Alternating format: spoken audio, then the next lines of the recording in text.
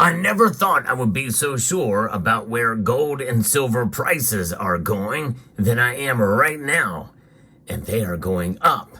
I'll explain in this video as we explore.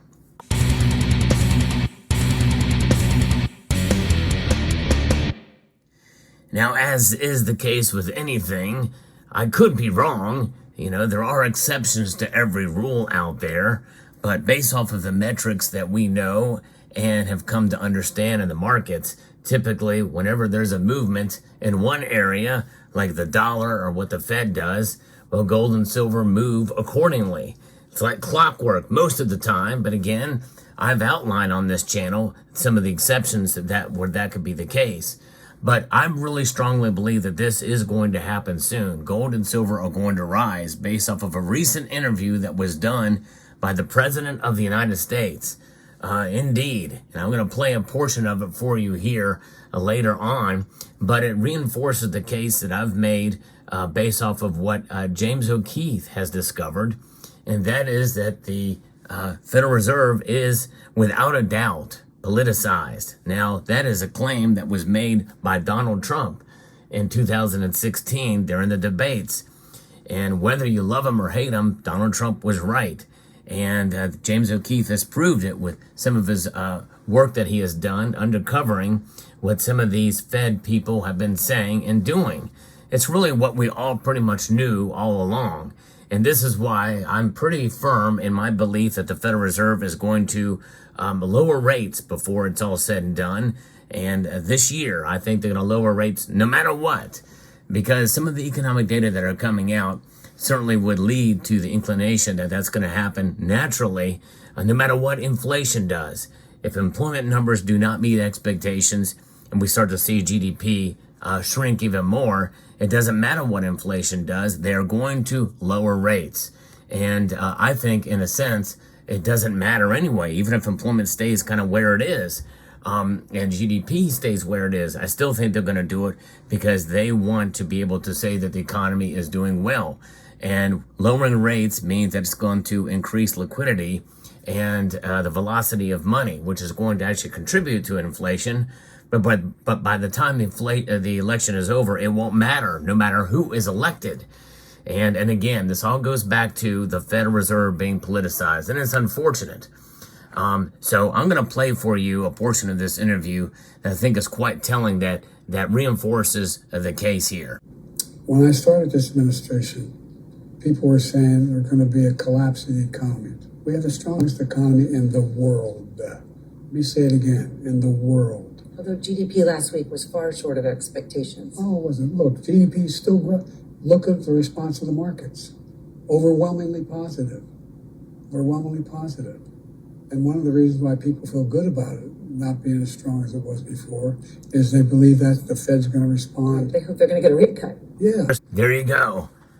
Yeah, he says. They believe they're going to get a rate cut. And this is why the market is responding. Everybody's kind of baking that in. I don't have a crystal ball, but I actually did find the one that's made of glass right here. And you can see that sometimes when you have a crystal ball like this, it turns everything upside down. But you know what? It really doesn't matter where things are, and looking through a crystal ball and a lens like this, it is really a gamble when you make such predictions or and the like. And a lot of this stuff, many people feel, is baked in as well. In other words, are the markets anticipating a rate cut? And this is why gold and silver are high.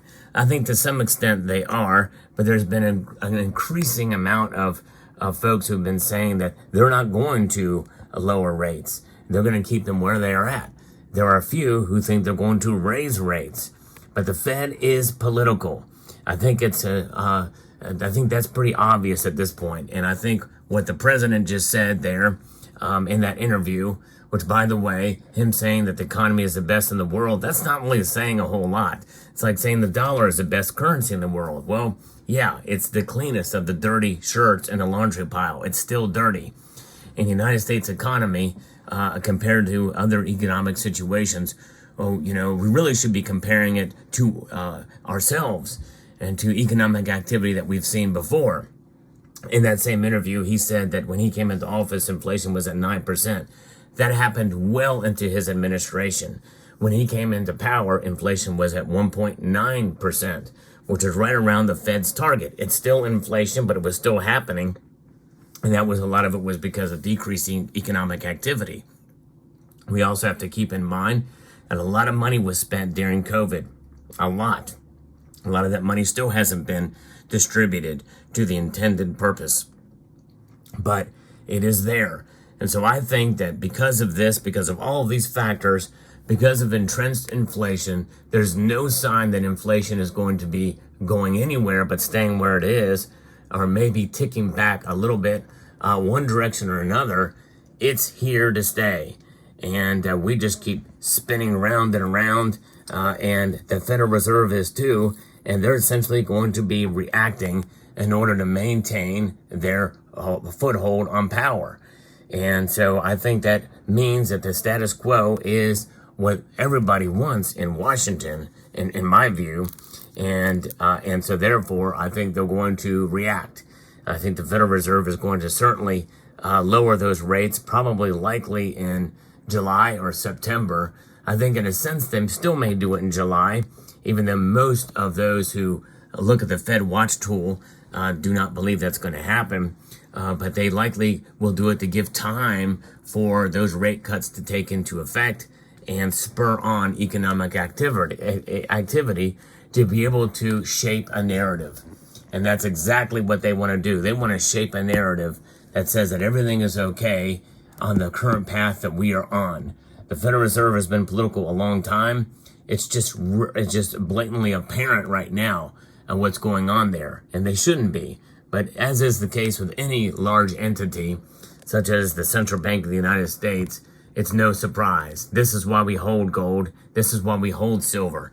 And this is why I think that when they do it, people will recognize it, and likely gold and silver will go up, and confidence in the dollar will shrink some, even if it's baked in now. I think they're going to be surprised because inflation will stay entrenched, and then we may start to see gold and silver react directly to inflation, as opposed to what the Fed's actions are going to be or what they have been. And that is going to be profoundly important, which is why it's good to hold gold and silver. Now, could this analysis be incorrect? Oh, you bet it can. I'm just fairly sure of it, but I could be wrong. Do not make any financial decisions or any purchases of gold and silver based off of what I say. This literally is just my opinion. Literally. That's right. It's my opinion. I like to think it's based off of some analysis and some things that have happened in the past. And usually when the Fed lowers rates, that's when gold and silver goes up. When they raise rates, that's when they go down, or they stay high. That's when they continue to rise. And so I think we're going to continue to see gold and silver react, and even get to a point where it's going to maybe even perform independent of what the Fed does. But the fact that it's political is something that we have to reconcile ourselves with in any kind of decisions we make, especially since it is an election year. Domestic politics plays a pretty big role in gold and silver prices. And I think we're starting to see that play out. We just happen to have the backdrop of geopolitics as well that are affecting gold and silver prices as well. And this is something that will likely continue. We don't know what's coming down the corner. We don't know what could move in one direction or another. But one thing is for sure. The dollar is eroding in value, and gold and silver are maintaining value and increasing in price.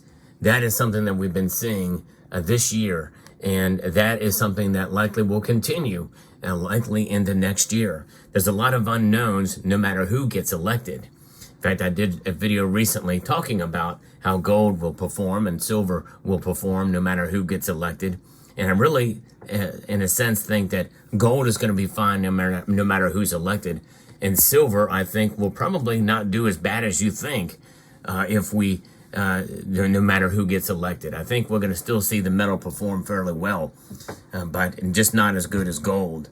But I think in the end, it's really about your level of understanding and level of comfortability about whether or not you buy, sell, or hold gold and silver. I think the safest advice I can give to you, if you don't feel comfortable making any decisions based off of what you're seeing in the markets yourself with your own research, is to hold on to what you have. No question about that. I think that's safe advice to have for most people, and to have enough of these dollars on hand, these Federal Reserve notes on hand, just in the case of emergencies, so that you don't have to liquidate your gold and silver. When you do that, then you're going to be in a good place. That's why I like to have some cash on hand if I can, and have gold and silver as the ultimate backdrop, the ultimate savings vehicle, the ultimate insurance policy against an ever-inflating dollar and economic instability and economic and political insanity. So let me know what your thoughts are in the comment section down below. Hope you found this video informative, insightful, and educational. Would like to extend a multitude of gratitude to each and every one of you for taking the time to watch, and to encourage you to please rate, share, comment, and subscribe.